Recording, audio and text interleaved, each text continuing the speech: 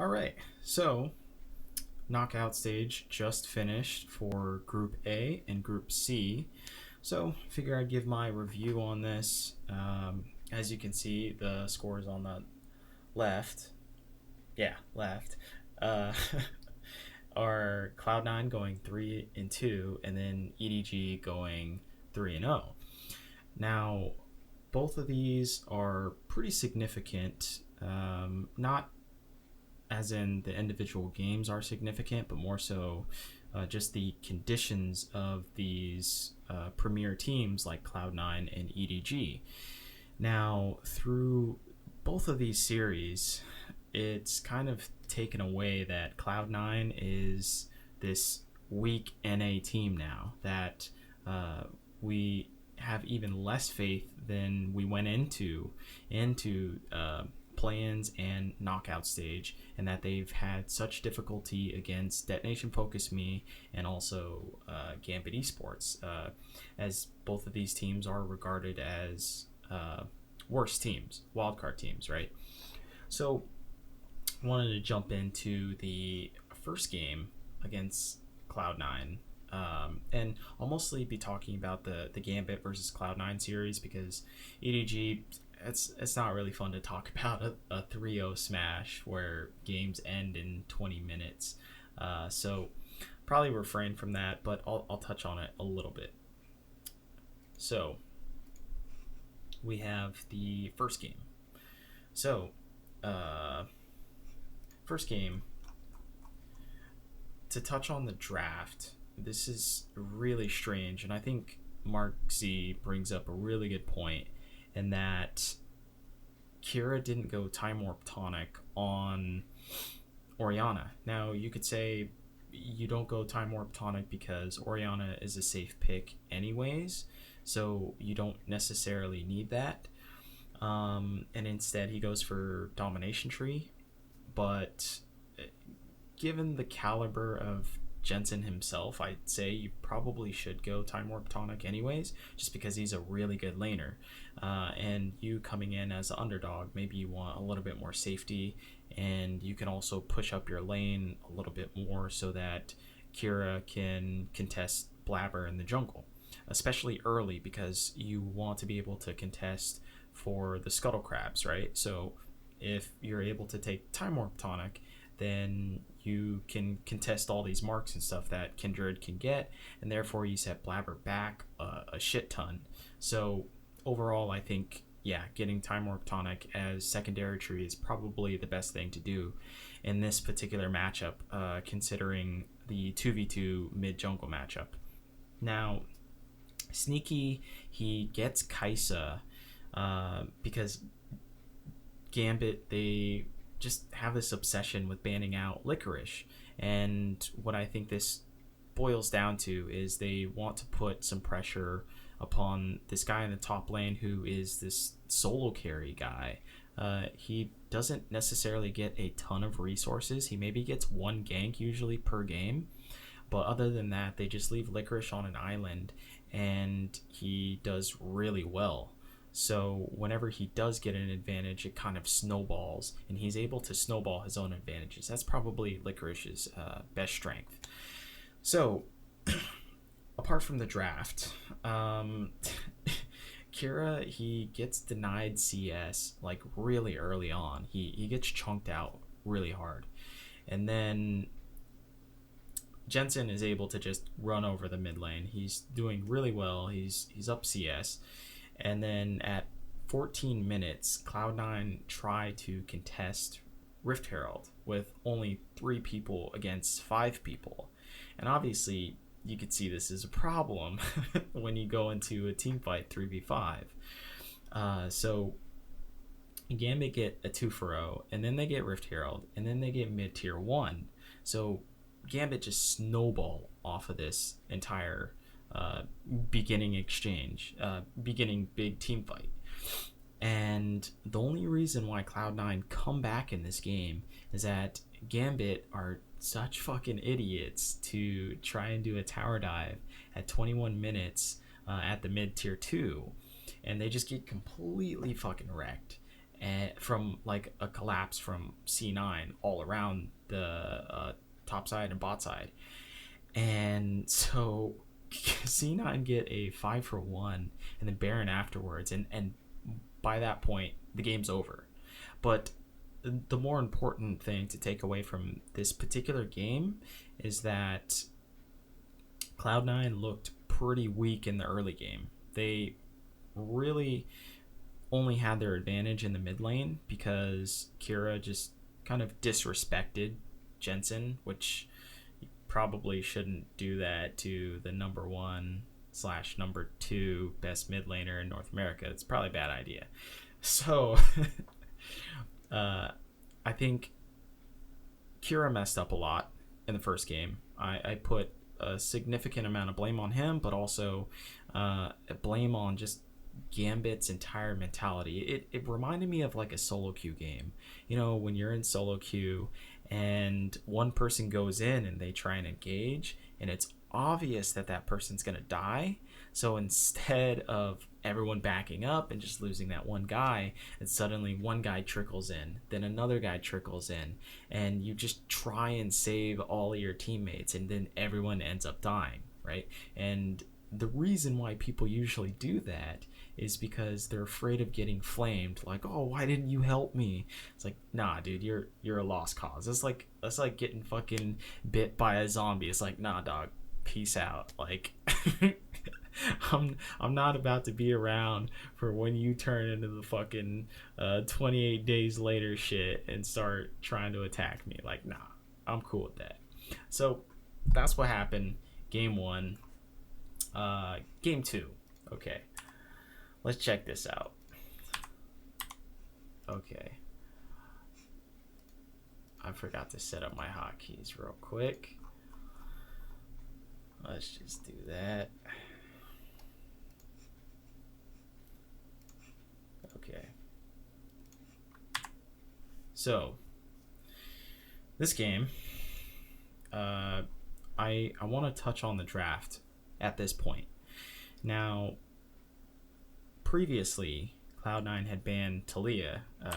We'll go back, right? Cloud9 banned Taliyah first game, then Cloud9 banned Taliyah the second game, right? So this is a trend. They obviously know that Diamond Prox is pretty good on Taliyah because this is actually one of his most picked champions, or at least it's a champion in which he has an extremely good win rate on over in the Russian league, right? So they want to take this pick away, but it's also significant on the third game, which I'll point out later. But Taliyah is one of the linchpins within this entire draft phase throughout all the best of 5. And you'll notice this trend as we go further into the games, but I just wanted to leave that seed in there now. And then of course there is the Kai'Sa as well too, and then Varus. Varus is also the other big linchpin within this, and it's more of a meaningful pick than Kai'Sa. And as I said before in a previous video, I think that Varus is very good when it comes to skill matchups, and that if you are a player or an ADC that is not as skilled as the other ADC, you should probably pick the early snowballing ADC so that you can have lane pressure, especially with a jungler like Diamond Prox who likes to invade. So it's a very good idea to get this pick if you're Gambit, and that's also why, if you're Cloud9, you should probably look to take that away. That's a very important pick, and it's very crucial within this entire draft phase. So they let Gambit get Varus on second rotation, but Cloud9 get Akali. Now, this entire draft, just focusing on Akali itself, if you look at this team comp, you notice that they don't really have a lot of initiation, right? You have Alistar. Okay, so you have Alistar, but he's only useful when he has his ult. Like, that's the only time he can engage without dying immediately. So other than that, you don't actually have any engage. So this team comp just doesn't really make a whole lot of sense to me. It's as though they want to try and flex pick this Akali, and then when they do flex pick it, like the analyst desk said, you have now revealed your hand without even building a good team comp in order to justify having Licorice play Akali in the top lane. So it doesn't make any sense to pull this out right now.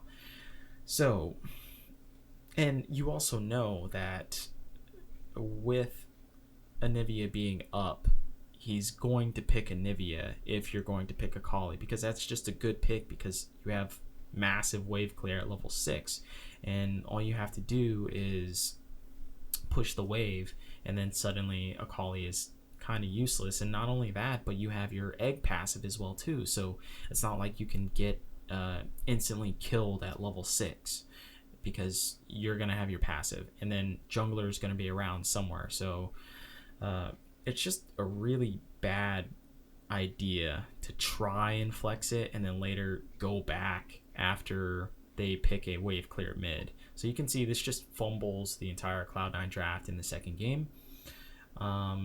So game specifics, at 14-20, Cloud9, they try and aggro mid, and then they get countered by Tom Kench ulting with Lodic. And then Gambit get a 2-for-0 with Blabber not using his ult correctly again against Urgot, right? And that was a trend back in the plan stage. So against Evie, right, from Detonation FocusMe. And then at 17:30, Gambit, they use Rift Herald for mid tier 2, and then Jensen gets caught. So Zazel sacrifices himself because he gets caught on the Anivia wall. And this entire game, Kira is playing pretty well with this Anivia pick, and it's especially dangerous because, you know, it's an old school combo with Poppy and Anivia, and that you can stun anyone into Anivia's wall if you're Poppy. So it's, you know, it's just inherent synergy. And so Gambit, they get tier 2, or they get a 2-for-0 and mid inhibitor as well too. So this entire game, I just kind of want to blame the draft. Like I don't want to full-heartedly blame the draft itself. It's obvious that it comes to execution too, especially in the mid lane, and how maybe Blabber could have influenced the mid lane by putting more pressure around there, so that then that would free up Jensen to try and roam. But I mean, other than that, I don't think there's a whole lot that you can, or sorry, gank top lane so that he could roam later, right? So I just don't see how this draft works other than that. Like, if you somehow get the Akali ahead in the top lane, so then you can maybe get a TP advantage, or then you can dive top lane again, and then after that you try and snowball your Akali, right, and have a TP advantage so that you can make a play bot lane. Other than that, I there's not a whole lot that you can do with this team composition. So yeah, I don't know. I thought the draft was whack as fuck. So game three, they sub in Sven, right? And this is when shit gets crazy, because they end up first picking Thresh. Cloud9 does, which is weird because, you know, Edward didn't look good on Thresh in the plan stage. So it's strange to first pick Thresh in the beginning and say, okay, we're going to take away your signature pick because we trust that you're actually good at this pick. It's just you had an off day. And maybe that's true. I don't know. Maybe they had scrim knowledge in that he was just wrecking faces with Thresh. I don't know. But it just seems really strange to first pick Thresh when Rakan is up. I would much rather have Rakan. But it doesn't matter because Edward looked like trash on Rakan. Like, just really, really bad. So that's a good thing. And then you could see Cloud9 decide to ban Varus as well too, because as I said before, Varus is very good when it comes to getting a bot lane advantage so that your jungler can be aggressive. And instead, they try and do that with the Lucian, even though you're going into a Draven. So I don't know why you would pick Lucian here. It just doesn't really make any sense to me, because as the close range combat is, Draven's always going to win that. So that really makes no sense. Zero sense. Anyways, and then Licorice gets singed, which is kind of weird. But remember when I talked about Taliyah before? Well, it's important now because it's weird that, first of all, Taliyah was picked so late within the entire draft. I find that incredibly strange. But this is important because this kind of shows that Cloud9, since they got onto blue side, because previously, I'm pretty sure, let's see, blue side. Yeah, so blue side, they banned Taliyah, even though it's one of Diamond Prox's picks, but they could have first picked it, right? So they banned Taliyah, and yet when Sven comes in, they don't have it banned. So to me, that says that Blabber can't actually play Taliyah, and Svenskeren can. So they allow this to happen. Taliyah goes through, and then C9 ban Anivia as the respect ban, which is a good idea. And so Sneaky gets Draven, and then Sven focuses top lane during the early game, getting 2 kills. And then Sneaky gets a solo 2v2 kill, and it's just basically bot lane crumbles. And as I said, I don't know why you pick Lucian. So yeah, this game just pretty bad overall. I think Cloud9 played it quite well within the draft phase at least, and then Svenskeren looked really good on the Taliyah as well too. And it's also worth noting as well, I was talking about it on Twitter, that the Tracking the Pros Twitch stream shows pros solo queue games as they're currently playing them. Well, during the first game of Cloud9, Sven was playing Taliyah. He was playing Taliyah jungle, and then during the second game, he played an ARAM. And at first, I had thought, okay, when Reaper had said that Svenskeren was going to be subbed in later, I thought it was bullshit when I saw this on the stream, because that tells me that Svenskeren actually isn't at the venue at all. He's just at home doing solo queue. And the reason why I thought this too was because maybe it put additional pressure on Blabber, right? And that Blabber doesn't have this fallback to say that you can do bad. So maybe Reaper had wanted to put more trust in Blabber and more pressure on him to be able to perform in a high pressure situation. But turns out entirely wrong.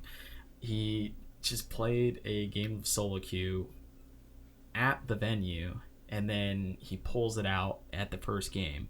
So this is kind of dangerous to do. So if Cloud9 gets a hold of this video, don't play on your main account. Play on a Smurf or whatever. And don't play a pick that you had just played in solo queue, because I would ban the shit out of that if I were the enemy team, because I would have someone scouting your shit. So anyways, on to the next game. So game 4, you see by the draft, Gambit, they get both the picks that they want really badly. They get Taliyah and also Varus. And it's strange, once again, that Sneaky doesn't get Kai'Sa.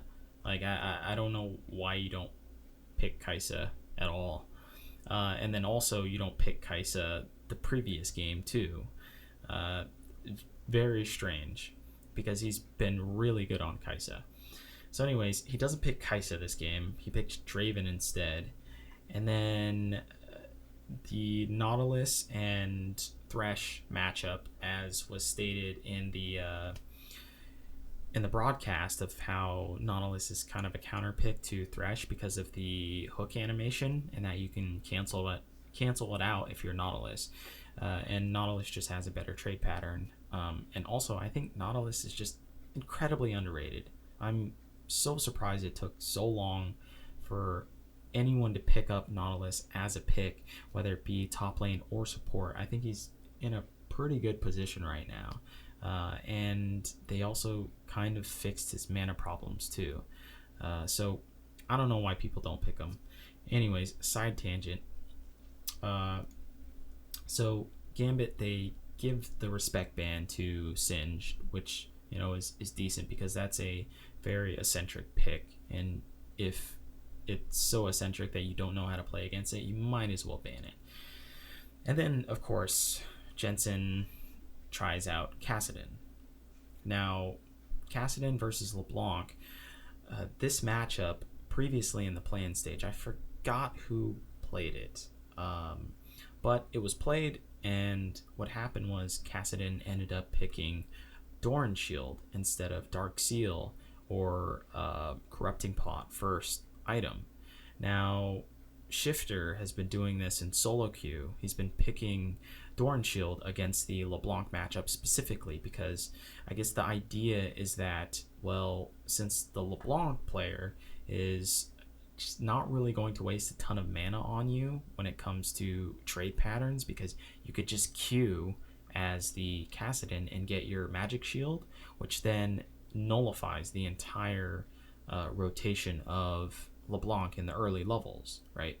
So instead you get a Doran Shield because the LeBlanc is just going to auto attack you a lot, and so with Doran Shield, you get the blocking for the auto attack damage. That's the theory in it, although it's kind of, some players are doing it within solo queue and some players aren't, so I'm not really sure about the matchup, but in theory it does sound really good, and it makes a lot of sense. And it also, as a kind of notice that Dark Seal within solo queue is probably more popular just because it's this snowbally item, so people just want to stunt on other people because it's solo queue, right? Anyways, so Jensen gets ganked early, and then Sven invades trying to take red buff after Jensen died, only to get collapsed on by mid and support because Cloud9 didn't even have bot priority either. So Svenskeren dies behind the enemy red buff, and this just kind of goes back to an ode of Svenskeren's old tendencies of when he used to invade on TSM when mid lane didn't have priority, and he would just get destroyed. So it was just a really strange move, and he thought he could invade because Diamond Prox was dead, but turns out there's still a mid laner and there's still a support that can roam and catch you out. So ode to Diamond for just doing really well in the early game, and he was everywhere.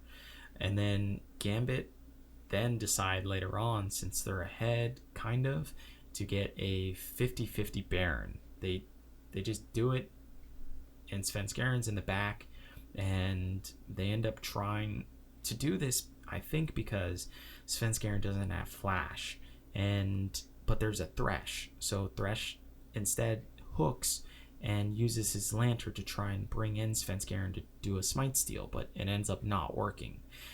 So it's a little bit more than a 50-50, and I could see the theory behind it, but I still don't think it's that great of an idea. I don't know, maybe in the heat of the moment you just don't think about the Thresh and the lantern and stuff. So throughout this entire game, C9 ignore their TP advantage of having Jensen having TP, and yet Kira doesn't, right? Because he's running Ignite on LeBlanc. And so they don't ever really put Jensen in a side lane except one time where he gets solo killed. So maybe that's why they just decided to say fuck it and not do it at all.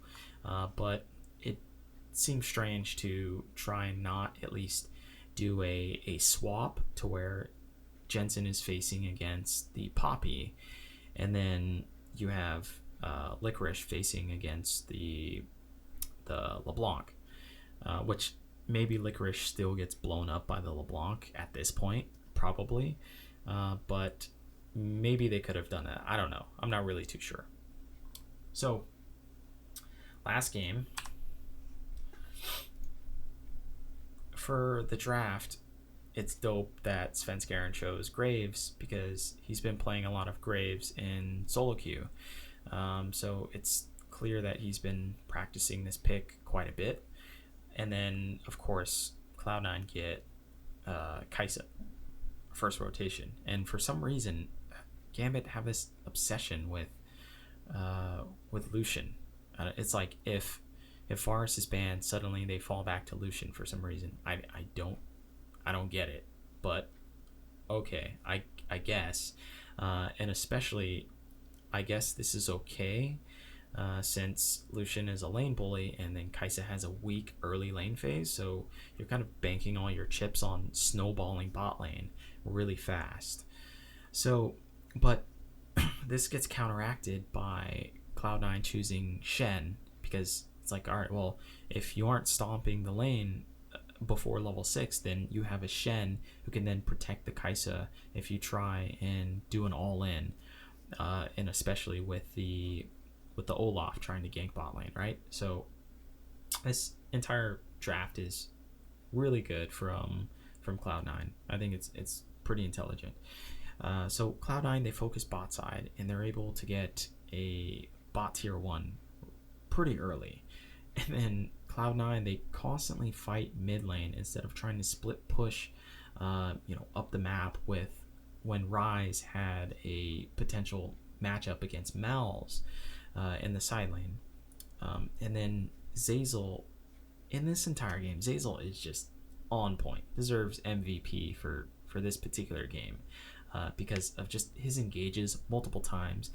There was one fight in top lane where before the fight even starts, he headbutts Gragas away because Gragas is flanking as the enemy Ornn starts his ult. He immediately goes for Gragas in the backside, kicks him off, and Cloud9 are able to win the team fight.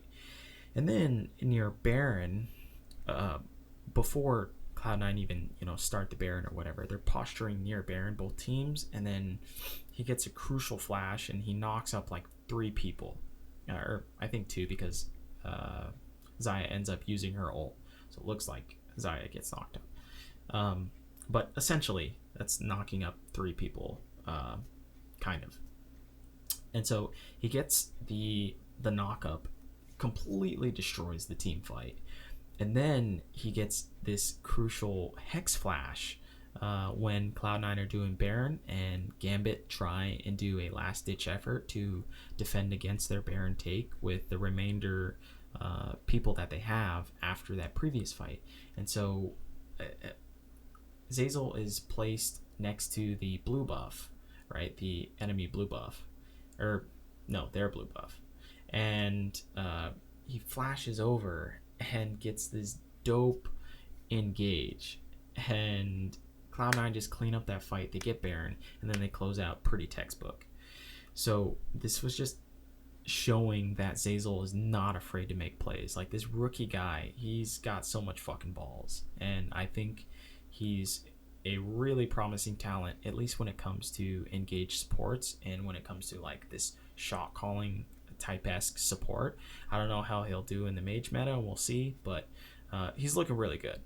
Now, Jensen, on the other hand, is looking really bad this game. And then later, I learned that he has a cold, right? So he's feeling really sick, not well. So I'll give him that little bit of credit, because, the Echo Fox, when they were in the quarterfinals, Huni looked okay, but he had the flu as well too. So that sickness affects performance without a doubt. So I'll give him the benefit of the doubt for this one. He's usually stomping lane pretty hard, and it's just very strange to see him not doing well against a low tier player like Kira. So my entire takeaway from this is that even with that, Cloud9 aren't looking good as a team. They struggled against DetonatioN FocusMe. They struggled against Gambit, and they just didn't really particularly look good in the entire play-in stage. So I don't have high hopes for them. So now to go on to the EDG versus DFM set. This is just really bad. Not really going to talk about the first game. It's not really interesting. They just give Heimer over because they know that Scout is just going to stomp it anyways. They get the Nautilus counter pick. That's about it. They stomp through bot lane and they're up 5k gold at 13 minutes. It's about it. Just completely outclassed. And it's very clear that the skill difference just between individual players is very significant. Now you go to game 2. They let Heimer go through again because they aren't scared of it. And what's interesting is that they pick Akali anyways. And also, it's worth noting that this game, DetonatioN FocusMe didn't pick Urgot, which is really weird because Evie was really good on Urgot. So, kind of doesn't make a whole lot of sense, but it does make sense when taking in context of Evie is actually a Gnar main. That's one of his best champions within the LJL. So he is just very confident that Gnar is like his counter matchup into Urgot, which he almost solo kills Ray during this game. So it's incredibly impressive. It just looked like he was really good on that pick. So props to him, I guess.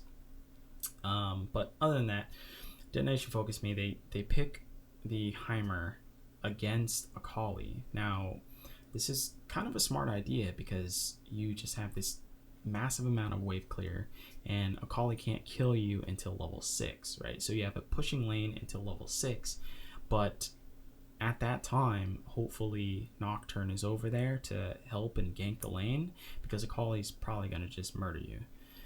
Well, that's what happens. Akali murders him at level 6, and Scout gets snowballed by Clear Love, and he gets 2 kills early and just starts snowballing. And so iBoy and Mako, they win their bot lane 2v2 matchup just by themselves. And then Scout is 7-0 come mid-game, and he's just a fucking menace in this entire game. And this game only lasts 22 minutes. So not really much to say, just Scout's really good. He's really good on Akali. And if other teams are looking at this pick and saying, yeah, maybe let's let Scout get Akali, like he's probably not that. Nah, he's fucking good on that pick. So I would not let that go through if I were a group stage team, unless you're a high-end group stage team. Like, I don't know, if you're, EDG, they're supposed to go into group A, I think, something like that. I'm not sure. Or no, group C with Team Liquid. But anyways, so for the third game, I just want to say, regardless of the entire draft or anything, and DetonatioN FocusMe still picking Heimerdinger, especially after they get counterpicked against it with Syndra, right? Because you can pick up the turrets as Syndra. So if ever Heimerdinger ults his turret, you could just pick it up and it's suddenly disabled for the entire team fight. Anyways, they pick Heimer and this kind of shows that their AD carry, Utapon, is just really good.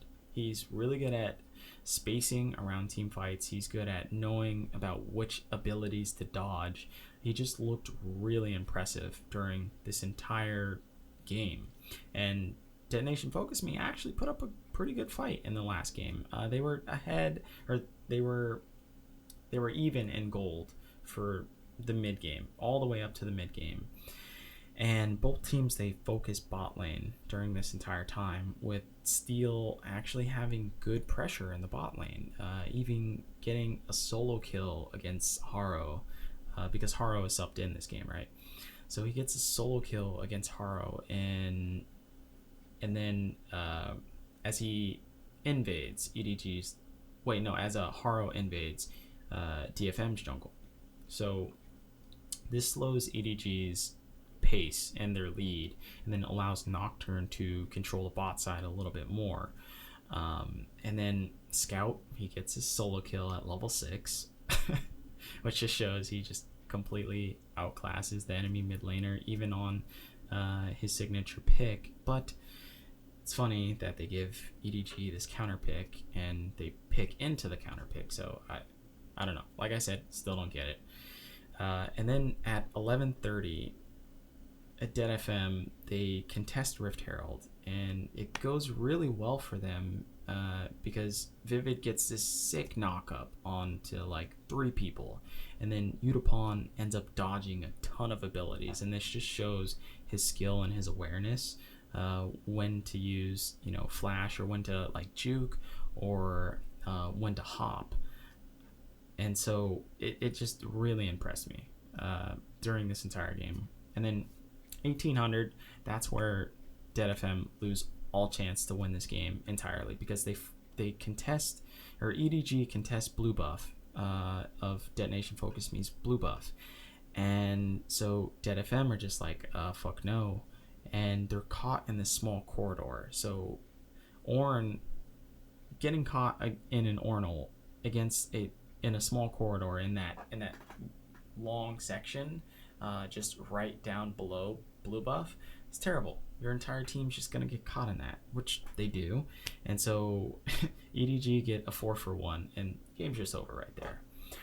So this series just shows how much of a higher class EDG are.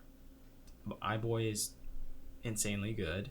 Scout is showing that he's very good too, and that he might be a higher tier caliber mid laner than the Western audience had first believed. And then this also shows that, well, if EDG stomped this team and yet Cloud9 didn't stomp DFM, then that means that EDG are better than Cloud9, right? This is like the whole weird logic, right? But there's some truth to it as well too. At least in the sense that, well, if Cloud9 had such trouble, then, and if EDG didn't have that much trouble, then EDG should be at a higher level just overall, and that may not be at a specific matchup against Cloud9, but it shows maybe that they're just a higher level team regardless overall. And I could see that, and with that too, of them having trouble against Gambit, then you can kind of put the pieces to the puzzle and see that maybe Cloud9 aren't that hot. So those are all my thoughts for both of these series, and I'll be doing another rundown for G2's game against Infinity Esports and Supermassive against G-Rex. That one's going to be super dope. But yeah, I'll see you guys next time. Peace.